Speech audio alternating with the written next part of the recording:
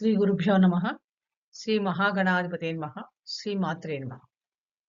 Welcome back to Meeravani YouTube channel. మీ doctor Sundari ప్రేక్షకులు నమస్కారం. ఈ రోజు మనం ఈ వీడియోలో గోచారవశాత్తు కుంభరాశి నుండి మేషరాశిలో ప్రవేశిస్తున్న యొక్క శని యొక్క ఫలితాలు మేషరాశి వారి మీద ఎలా ఉండబోతున్నాయి అని తెలుసుకుందాం. ఎందుకంటే శని ప్రవేశం మేషరాశిలో వచ్చినప్పటి నుంచి మేషరాశి వారికి ఏలినాటి శని ప్రారంభమవుతుంది. మనందరికీ తెలుసు మేషరాశి అంటేనే మొట్టమొదటి రాశి. రాశ్యాధిపతి కుజుడు. మనకి మేషరాశిలో అశ్విని 4 పాదాలు, భరణి 4 పాదాలు, కృత్తిక 1వ పాదం వాళ్ళు ఉంటారు. వీరందరికీ కూడా ఎప్పుడెప్పుడు ఎలాంటి ప్రవేశాలు, ఈ మేషరాశిలో ప్రవేశం శని గోచారం ఎలాంటి ఫలితాలు ఇస్తుంది, ఏ పరిహారాలు చేసుకోవాలో తెలుసుకుందాం. అసలు మీనరాశిలో శని ప్రవేశించినప్పుడు 12వ రాశి అవుతుంది మీనరాశి, మేషరాశి వారి. అంటే శని భగవానుడు ఎప్పుడైనా 12వ రాశిలోను, 1వ రాశిలో, 2వ రాశిలో ప్రవేశిస్తున్నప్పుడు మనకి ఏలినాటి శని ప్రవేశిస్తుంది. అంటే ఏలినాటి శని అన్నది 30 ఏళ్లకు ఒకసారి వస్తుంటుంది. మేషరాశి వారికి ఏలినాటి శని ప్రభావం ప్రారంభం అవుతుందని చెప్పవచ్చు. మీనరాశిలో శని సంచారం ఎలా ఉంటుంది అంటే కనుక సహజంగా పూర్వజన్మ కర్మ చాలా గడ్డుగా ఉందని అర్థం. మీనరాశిలో ఎప్పుడైనా శని ప్రవేశించాడంటే అంటే ఒక్కొక్కసారి వాళ్ళు పూర్వం సాధించిన విషయాలు గుర్తు తెచ్చుకొని ఉత్సాహపడిపోతూ ఉంటారు. ఒక్కొక్కసారి పడ్డ బాధలను గుర్తుపెట్టుకొని బాధపడుతూ ఉంటారు. ఏం చేయాలో తెలియని పరిస్థితి ఎక్కువగా ఉంటుంది. లేని సమస్యలు ఉన్నట్టుగా భ్రమించుకొని ఊహించుకోవడం ఎక్కువగా ఉంటుంది వీళ్ళకి. కాబట్టి వీళ్ళకి కొంచెం ఇలాంటి సమస్యలు ఎక్కువగా వస్తాయి. ఈ శని భగవాన్ ఒకవేళ శని దశ కూడా నడుస్తూ ఉంటే గనక ఈ మేషరాశి వారికి ఎవరికైనా శని దశ నడుస్తున్నా వాళ్ళకు కూడా కొంచెం ఇబ్బందులు ఉండే అవకాశం ఎక్కువగా ఉంది. మేషరాశి వారంటేనే మనందరికీ తెలుసు మేషరాశికి కొంచెం సహజంగా మొండి పట్టుదల, నాయకత్వం, నీటి భయం ఉంటాయి. మీనరాశి అన్నది జలతత్వ రాశి. దశమ లాభాధిపతి అయిన శని పాపి. మేషరాశికి శని దశమ లాభాధిపతి అయ్యి పాపమని 12వ స్థానంలో సంచారం చేస్తున్నాడు.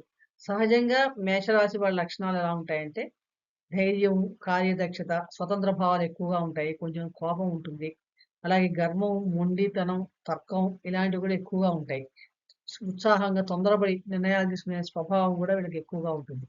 కాబట్టి వీరికి ఇప్పుడు మీనరాశిలో ప్రవేశిస్తున్న శని యొక్క ఏలినాటి ప్రభావం ఎలా ఉంటుంది అంటే మార్చి 29 రాత్రి 2025వ తారీఖు నాడు సంవత్సరంలో శని భగవానుడు కుంభరాశి నుండి మీనరాశిలో ప్రవేశించి 7.5 సంవత్సరాల పాటు మేషరాశి వారికి ఏలినాటి శని ప్రభావాన్ని కలగజేస్తున్నాడు.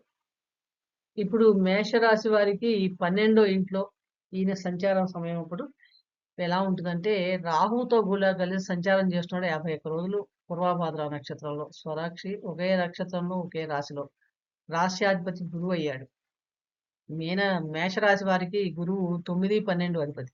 అంటే విదేశ సంబంధమైన విషయాలు ఎక్కువగా మనకి చూపిస్తుంటాడు. ఈయనకి మేషరాశి వారికి మీనరాశిలో శని సంచారం చేసే సమయంలో శని యొక్క దృష్టి మనకు తెలుసు. ఆయన 3వ దృష్టి, 6వ, 7వ దృష్టి, 10వ దృష్టి ఉంటాయి. ఈయన శని దృష్టి 6వ ఇంటి మీద ఉంటుంది. ఫస్ట్ 7వ దృష్టి ఉంటుంది. అలాగే 2వ ఇంటి మీద 3వ దృష్టి ఉంటుంది. భాగ్యస్థానం మీద 9వ, 10వ దృష్టి ఉంటుంది.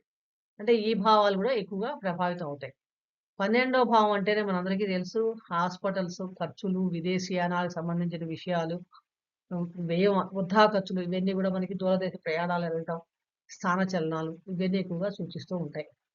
ఈ 12వ ఇంట్లో అంటే మీనరాశిలో శని సంచారం చేసే 2.5 సంవత్సరాలు కూడా ఈ మేషరాశి వారికి 25, 25 ఎలా ఉంటుందంటే ఈ 6వ భావం మీద, 9వ భావం మీద, 2వ భావం అంటే వృషభావం మీద, కన్యా రాశి మీద, ధనుసు రాశి మీద ఈయన దృష్టి ఉండటం వలన వీళ్ళకి ఉద్యోగంలో మార్పులు రావడానికి అవకాశం ఎక్కువగా ఉంటుంది. అలాగే కుటుంబానికి దూరంగా, దూర ప్రదేశాల్లో మీకు నచ్చినా, నచ్చకపోయినా కూడా పని చేయాల్సిన పరిస్థితులు ఏర్పడతాయి.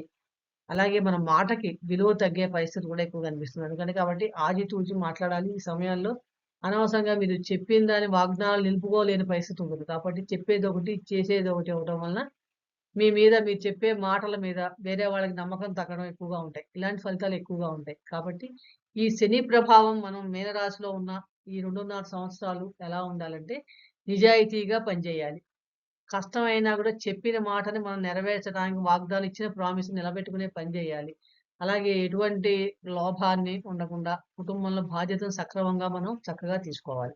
ఇది మొట్టమొదటిగా చేయవలసిన పని ఈ మేషరాశి వారు మీనరాశిలో సంచారం చేస్తున్న సమయంలో. అలాగే 12వ రాశిలో సంచారం చేసేటప్పుడు సహజంగా ఏమవుతుందంటే, వీళ్ళకి ఈ ధన నష్టం ఎక్కువగా జరుగుతూ ఉంటుంది. ఈ డబ్బులు ఖర్చు విషయంలో కొంచెం అహంకారం పోయి, విలాసాలకు ఖర్చు పెట్టడం వలన అలాంటివి తగ్గించుకోవాలి. దానివల్ల చాలా ప్రభావం ఎక్కువగా ఉంటుంది. నేను తెలియకుండానే విలాసాలకు గానీ, అనవసరమైన వృథా ఖర్చులు, ఆడంబరం ఖర్చు పెట్టడం వల్ల గూడా, ఆ సమయంలో మీకు సరైన సమయానికి డబ్బు అందకపోవటం, లోపాన్ని కాబట్టి డబ్బు ఆర్థిక సంక్షోభాల్లో పడతారు. కాబట్టి ఇక్కడ కొంచెం జాగించుకోవాలి. డబ్బు మీద అన్యాయంగా సంపాదించాలనే ఆశ, మోహం గూడా తగ్గించుకోవాలి. ధర్మ ప్రకారంగా మనం తప్పించుకోవాలి. అలాగే మనకి లభించిన దాంట్లో కొంత దానం చేయటం వల్ల గూడా శరీరము చాలా మటుకు మనకి వచ్చే సంబంధాల్ని కొంచెం అంటే ఆ ఫలితాలు, దుష్ఫలితాలు మనం తగ్గించుకోవచ్చనమాట. అలాగే రెండో ఇంటి మీద గూడా ఈయన దృష్టి ఉండటం వలన కొంచెం మాట్లాడే మాటల విషయంలో గూడా చాలా జాగ్రత్తగా మాట్లాడాలి. ఆర్థిక విషయాల్లో సమస్యలు లేకుండా చాలా జాగ్రత్తగా చూసుకోవాలి. అలాగే ఆరో ఏంటంటే రుణ, రోగ, శత్రు స్థానాలు. దీనివల్ల శత్రువులు మన మాటలు సరిగ్గా మాట్లాడిన శత్రువులు పెరగడం ఎక్కువ అవకాశం, రోగాలకు సంబంధించిన బాధలు పడే అవకాశం ఎక్కువగా ఉంది. ఆసుపత్రి ఖర్చులు వచ్చే అవకాశం ఎక్కువగా ఉంటుంది. ఉదర సంబంధమైన సమస్యలు గాని, కాబట్టి జీర్ణకోశ సంబంధమైన సమస్యలు మందగించడం ఇలాంటివి ఉంటాయి కాబట్టి, ఇక్కడ మనం కొంచెం చాలా జాగ్రత్తగా ఉండాలి. హ్మ్. అలాగే 9వ భావం మీద తండ్రి యొక్క ఆరోగ్య విషయంలో జాగ్రత్తగా ఉండాలి. విదేశీ ప్రయాణాలకు వెళ్ళాలనుకునే వాళ్ళకి ఇంటికి దూరంగా వెళ్ళే ప్రయత్నాలు కలిసొస్తాయి గానీ, ఒక రకంగా చూస్తే విదేశాలకు వెళ్ళిన వాళ్ళకి బానే ఉండొచ్చు. కానీ, ఆ వెళ్ళే సమయంలో కొంచెం కష్టాలు ఏర్పడటం, దానికోసం మనం ఎక్కువ ఖర్చు పెట్టి రావాల్సి రావటం, ఇలాంటివన్నీ కూడా జరుగుతాయి ఎక్కువగా. కాబట్టి ఇక్కడ కొంచెం జాగ్రత్తగా ఉండాలి. ఏవైనా గూడా ఎటువంటి సమస్యలొచ్చినా గూడా ఈ మేషరాశి వారు ఈ అన్ని రోజులు గూడా ఈ శని గోచారం జరిగే ఏలినాటి శని జరిగే అన్ని రోజులు గూడా చాలా మటుకు చాలా జాగ్రత్తగా ఉండాలని చెప్పడం జరుగుతుంది. ముఖ్యంగా ఏలినాటి శని సమయంలో ఏం జేయాలి? శని భగవానుడు మీనరాశిలో సంచరించేటప్పుడు. అదే మళ్ళీ తర్వాత 2.5 సంవత్సరాలు శని ఏలినాటి శని ప్రభావంలో రాశిలోనే సంచారం చేస్తాడు. మేషరాశిలో సంచరించే సమయంలో మేషరాశి అన్నది శనికి నీచ స్థానం. ఈయన దృష్టి మూడో ఇంటి మీద, ఏడో ఇంటి మీద, పదో ఇంటి మీద ఉంటుంది. అంటే మూడో ఇంటి మీద ఉంటే, అంటే సోదరుల సంబంధమైన విషయాలు, ఏడో ఇంటి మీద అంటే వ జీవిత భాగస్వామి విషయాలు, వృత్తి సంబంధమైన విషయాలు, పదవ భావం వీటి మీద సంబంధం ఎక్కువగా ఉంటుంది. అంటే ఈ సమయాల్లో ఎలా ఉంటుందంటే, కొంచెం ఉద్యోగ అవకాశాలు కోల్పోవడం గానీ, ఉద్యోగంలో శ్రమ, ఒత్తిడి పెరగడం, పేరు ప్రఖ్యాతుల కోసం మనం చేసే ప్రయత్నాలు అన్యాయమైన మార్గాలు అవ్వడం, అపఖ్యాతి పాలవ్వడం ఇలాంటివుంటాయి. కాబట్టి గొప్పలకు పోకుండా ఇబ్బంది పాలవ్వకుండా ఉండాలి. అలాగే జీవిత భాగస్వామితో గాని, వ్యాపార భాగస్వామితో గాని అనవసరమైన కాన్‌ఫ్లిక్ట్స్ అంటే వివాదాలు, ఘర్షణలు ఏర్పడటం ఉంటాయి. కాబట్టి తగ్గాలంటే వీటి వల్ల మన ప్రవర్తనలో కొంచెం మార్పులు చేసుకోవాలన్నమాట. మనం నిజాయితీగా ఉండటం, వినయంగా ఉండటం, అహంకారం తగ్గించుకోవటం, అలాగే తొందరగా ఈ షార్ట్ కట్ మార్గంలో వెళ్లి పనులు పూర్తి చేసుకోవాలనుకోవటం, ఇవన్నీ తీసుకుంటే గనుక చాలా మటుకు ఆ శని ప్రభావం మనకి తగ్గి ఆ సమయాల్లో గూడా చాలా బావుంటుంది.